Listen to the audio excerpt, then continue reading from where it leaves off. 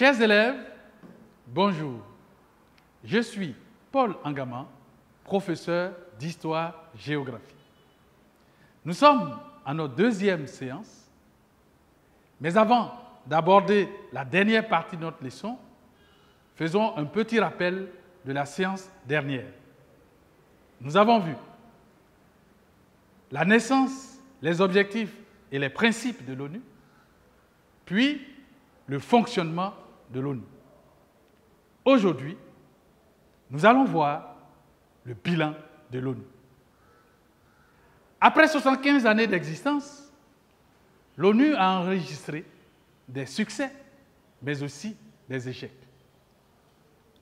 D'abord, les succès. Il faut dire qu'ils sont nombreux. Au plan politique, l'ONU a beaucoup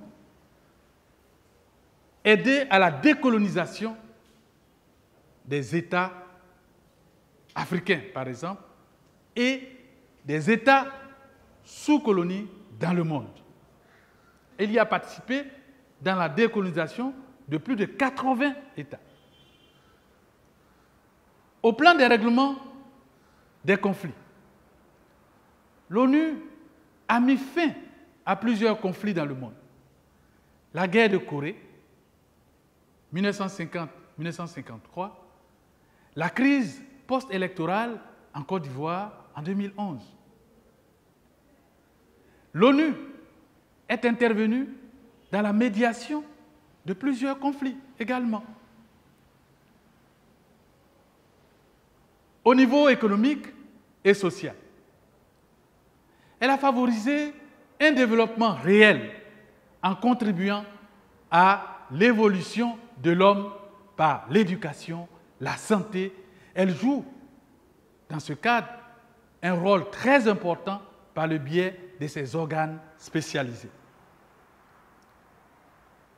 L'ONU, grâce au FMI et à la Banque mondiale, est intervenue dans les plans d'ajustement structurel de nos États.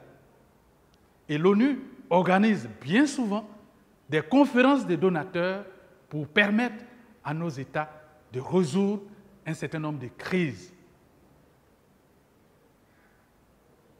L'ONU, aujourd'hui, reste important dans l'aide humanitaire lorsque les crises surviennent,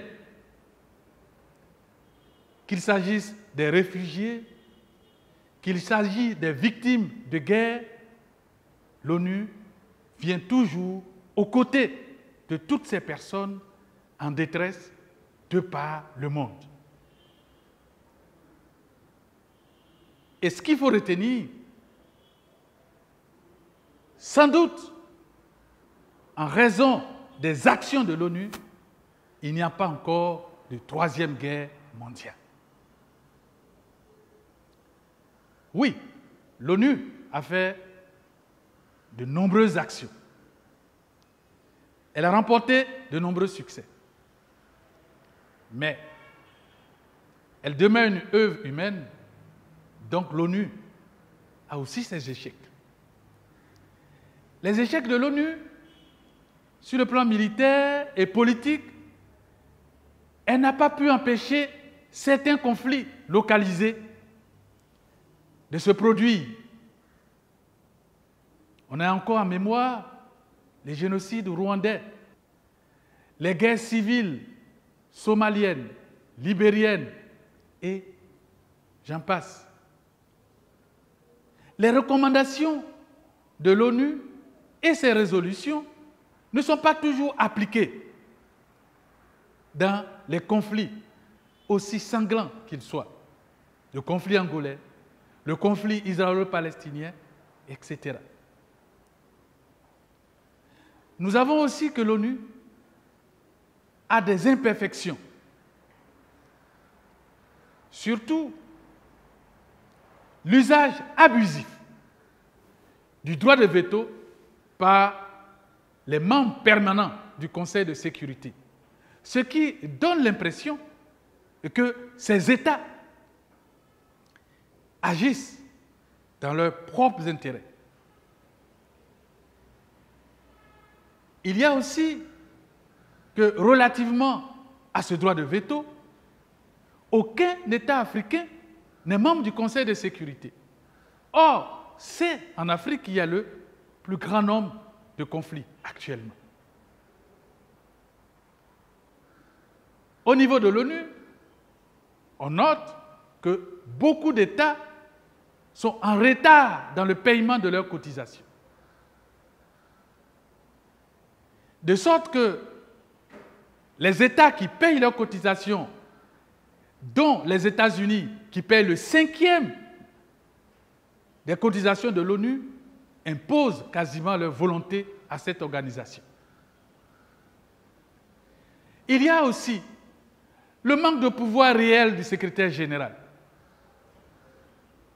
Il n'a pas toujours l'initiative pour résoudre des questions aussi cruciales que importantes qui se posent au niveau de la planète. L'ONU n'a pas toujours les moyens de pouvoir mettre fin aux crises, surtout militaires, parce qu'elle n'a pas une armée permanente. Chaque fois qu'il y a un conflit et que le Conseil de sécurité doit envoyer des casques bleus sur le terrain, elle est obligée de faire appel à tous les États pour constituer une telle armée. Entre le temps de constitution de l'armée et l'intervention sur le terrain, il se trouve que, bien souvent, il y a beaucoup de morts. Et ensuite, nous notons l'impuissance face aux nouveaux conflits, surtout les conflits liés au terrorisme. Et toutes ces questions font que l'ONU montre une certaine impuissance, voire une certaine fragilité. Voilà, chers amis élèves, nous sommes à la fin de la 3e partie de notre leçon. Nous allons, une fois de plus, faire une activité d'application. Est-ce que vous êtes prêts? On y va. Range dans le tableau ci-dessous les actions de l'ONU. Maintien d'une paix permanente, action de l'UNESCO, abus du droit de veto, désarmement nucléaire, gestion du conflit post-électoral en Côte d'Ivoire,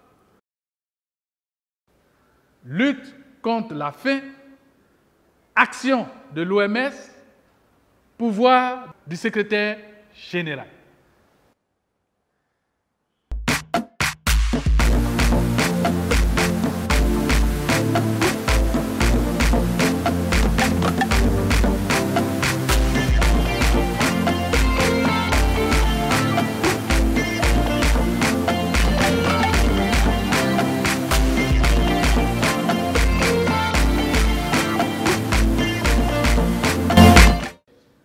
Voilà. Je sais que vous avez été très motivés à réaliser cette activité. Ensemble, découvrons le corrigé.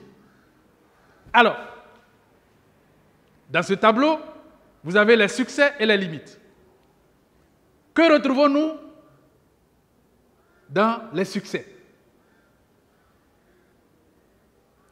Action de l'UNESCO, gestion du conflit post-électoral en Côte d'Ivoire, lutte contre la faim, action de l'OMS, au niveau des limites, maintien de la paix permanente, abus du droit de veto, désarmement nucléaire, pouvoir du secrétaire général. Chers élèves, félicitations pour tous ceux qui ont trouvé les 8 bonnes réponses. Et ce n'est pas grave pour ceux qui ont trouvé 4 sur 8. Je vous encourage à faire des efforts. Par contre, ceux qui ont trouvé moins de 4 bonnes réponses, je vous recommande de reprendre cette troisième partie. Et je sais qu'à la fin, vous trouverez les bonnes réponses. Voilà. Nous sommes donc à la fin de cette troisième partie. Il nous faut faire la conclusion de notre leçon. Que retenir? Malgré ses imperfections, l'ONU demeure l'organisation mondiale la plus représentative de la communauté internationale. Elle représente la conscience universelle et à ce titre, uniquement, elle a le droit d'exister. Toutefois, elle gagnerait à être réformée pour être plus efficace. Avant de nous séparer, je vous invite à une situation d'évaluation sur toute la leçon. Pendant la récréation, tes amis de classe et toi discutez sur le rôle de l'ONU dans le monde. Yao dit ceci: depuis la création de l'ONU, on ne perçoit pas ses actions puisque les guerres continuent dans le monde. Sopi réplique: non, on voit bien certaines actions de l'ONU. Elles aident énormément au développement économique et social du monde. Consigne, question. 1. Identifie le problème soulevé dans la situation. 2. Explique les propos de Sopi. 3. Que penses-tu de l'opinion de Yao? Voilà. Chers élèves, nous sommes à la fin de notre leçon. J'espère que vous l'avez très bien suivi. Prenez soin de vous et à très bientôt.